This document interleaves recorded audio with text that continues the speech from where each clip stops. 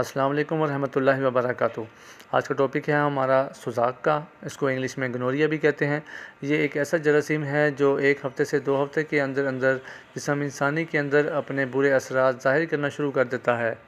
یہ مرض عموماً مردوں اور عورتوں میں پایا جاتا ہے، اور اگر اس کا علاج ٹھیک سے نہ کیا جائے تو یہ آنے والی نسلوں کے اندر بھی اس کے کچھ اثرات یا اس کے جراثیم موجود ہوتے ہیں جو ایک وقت کے اندر ایکٹیو ہو جاتے ہیں اور نقصان کا سامنا کرنا پڑتا ہے۔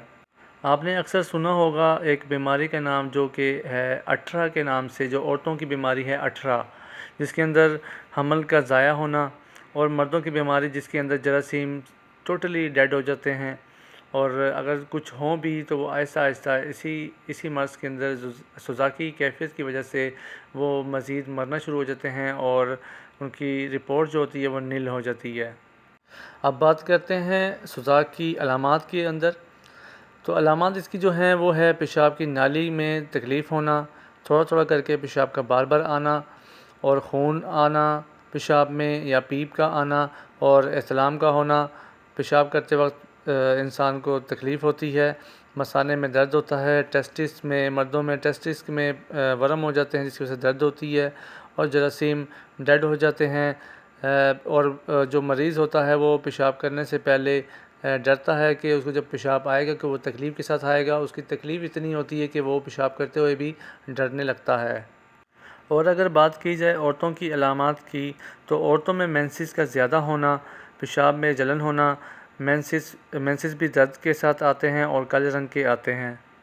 سوزاک کی جو سب سے بڑی وجہ ہے وہ ہے بازاری عورت سے ملنا، اور چاہے عورت ہو یا لڑکی ہو، یا اپنے سے کم عمر کی لڑکیوں کے ساتھ ہم بستری کرنا۔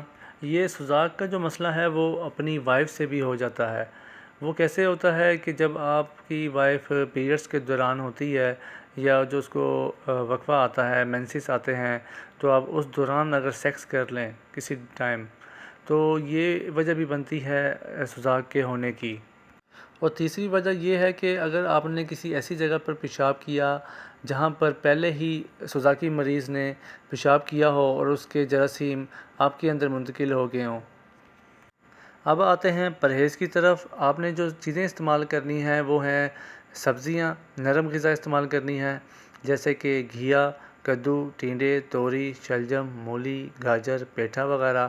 اس کے اندر تھوڑا سا دیسی گھی ڈال لیں۔ اور اب آتے ہیں اس کے علاج کی طرف۔ اس کے جو علاج آپ نے سب سے پہلے کرنا ہے وہ ہے آنتوں کی سوزش کے لیے سب سے پہلے وہ ہے ہلدی، ملیٹھی اور سونف۔ اس کو سوسی اکثیر لسانی بھی کہا جاتا ہے اس کو۔ تو یہ آپ نے برابر وزن میں لینی ہے، 10 گرام لے لیں۔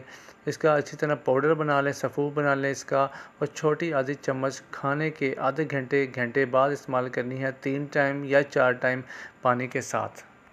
اس کے ہفتہ 10 دن بعد آپ نے جو میڈیسن استعمال کرنی ہے وہ ہے اجوائن دیسی اور لوبان کوریا۔ یہ آپ نے برابر وزن میں لینی ہے، بے شک 30 گرام لے لیں، اور اس کا اچھی طرح سفوف بنانا ہے، پاؤڈر بنانا ہے، اور اس کے بعد آپ نے چھوٹی آدھی چمچ تازے پانی کے ساتھ استعمال کرنی ہے، صبح، دوپہر اور شام 3 ٹائم۔ یہ تو ہو گیا پرماننٹ علاج جو آپ نے کرنا ہی کرنا ہے۔ یہ کم از کم آپ نے 3 سے 4 مہینے استعمال کرنی ہے، تو انشاءاللہ اللہ پاک بہتر کریں گے۔ اور اب آتے ہیں اس کے فرسٹ ایڈ کی طرف، جو آپ نے پہلے اس کا جو علاج کرنا ہے، کیونکہ اس میں تکلیف، پیشاب میں جلن، اور جو نفس ہوتا ہے اس کے جو کیپ ہوتا ہے وہ جب کپڑوں کے ساتھ رگڑ کھاتا ہے تو اس کے اندر تکلیف بہت زیادہ ہوتی ہے مریض کو، اور پیشاب کرنے سے بھی گھبراتا ہے۔ تو اس کے لیے سب سے پہلے اس کی تکلیف کو، اس کو سکون دینے کے لیے آپ شربت بزوری استعمال کروائیں، پانی میں مکس کر کے۔ اس کو یہ پیشاب لے کر آئے گا اور پیشاب کے ذریعے انفیکشن کو باہر نکالے گا، اور تکلیف جو ہو رہی ہوتی ہے اس کو سکون دیتا ہے۔ اس حوالے سے اگر کسی کا کوئی سوال ہو تو وہ کمنٹ میں پوچھ سکتا ہے، تو انشاءاللہ اس کو جلد اس چیز کا جواب دیا جائے گا۔